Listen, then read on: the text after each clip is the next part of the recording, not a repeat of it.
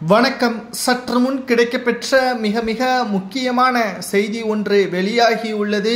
ஈரோடு கிழக்கு தொகுதி இடைத்தேர்தலில் அதிமுகவினர்கள் முழுக்க தற்பொழுது ஓபிஎஸ் பக்கம்தான் நிற்கிறார்கள். விக்கிரவாண்டி இடைத்தேர்தல் புறக்கணித்ததற்கே கடும் கோபமடைந்த தொண்டர்கள் மீண்டும் இடைத்தேர்தலை புறக்கணித்த எடப்பாடியால் எந்த ஒரு பயனும் இல்லை. மக்களும் தொண்டர்களும் எடப்பாடியை வெறுத்து விட்டார்கள். புதிய சின்னம்னாலும் சரி, இரட்டை இலை சின்னம்னாலும் சரி, எனது மகனை களத்தில் இறக்கி விடுவேன் என்றும் தற்பொழுது ஓபிஎஸ் அவர்கள் வெளியிட்டுள்ள அறிவிப்பின்படி ஓபிஎஸ்ஸிற்கு ஆதரவாக நிர்வாகிகள், மாவட்ட செயலாளர்கள், குறிப்பாக தென் மாவட்ட நிர்வாகிகள் ஓபிஎஸ்ஸிற்கு ஆதரவாக தற்பொழுது செயல்படக்கூடிய வகையில் பிரச்சாரத்தை பொங்கல் முடிந்ததற்கு பிறகு ஆரம்பமாக போகிறது என்ற தகவல்களும் தற்பொழுது வெளியாகியுள்ளது.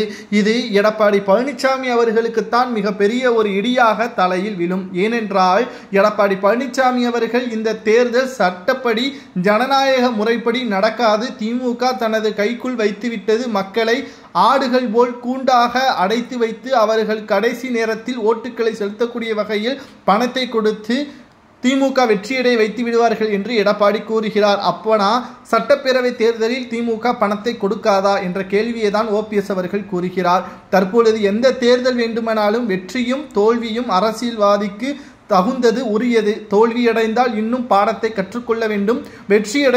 வெற்றியடைந்த மக்களுக்கு சலுகைகள் மூலமாகவும் நலத்திட்ட உதவிகள் மூலமாகவும் இனியும் அதிமுகவிற்கு வெற்றி வாய்ப்பை ஏற்படுத்தக்கூடிய வகையில் திட்டங்களை அமல்படுத்த வேண்டும். இதுதான் எம்ஜிஆர் அவர்கள் கொண்டு வந்தார்கள், ஜெயலலிதா அவர்கள் கொண்டு வந்தார்கள். ஆனால் எடப்பாடி தோல்வி அடையக்கூடிய வகையில் வாய்ப்புகள் இருந்தால் போட்டியிட மாட்டோம் என்று கூறுவது சரியா என்ற கேள்வியை தான் ஓபிஎஸ் அவர்கள் இங்கு பேசப்படுகிறார்.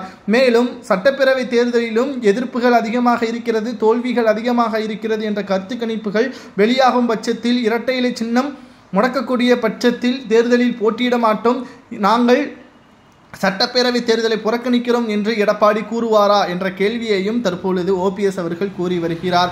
எனது மகனை ஈரோடு கிழக்கு தொகுதி இடைத்தேர்தலில் போட்டியிட வைப்பேன்.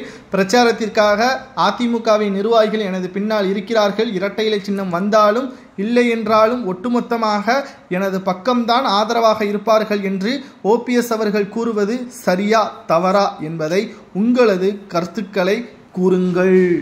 மேலும் திமுகவின் வேட்பாளர் சந்திரகுமார் அவர்கள் இந்த இடைத்தேர்தலில் வெற்றியடைவாரா அல்லது ஓபிஎஸ் மகன் போட்டியிட்டால் வெற்றியடைவாரா? அதிமுகவின் ஓட்டுக்கள் மட்டுமல்ல, தேமுதிக, பாஜக, பாமக இவர்களது ஓட்டுக்களும் ஓபிஎஸ் மகனுக்கு விழுமா என்பதை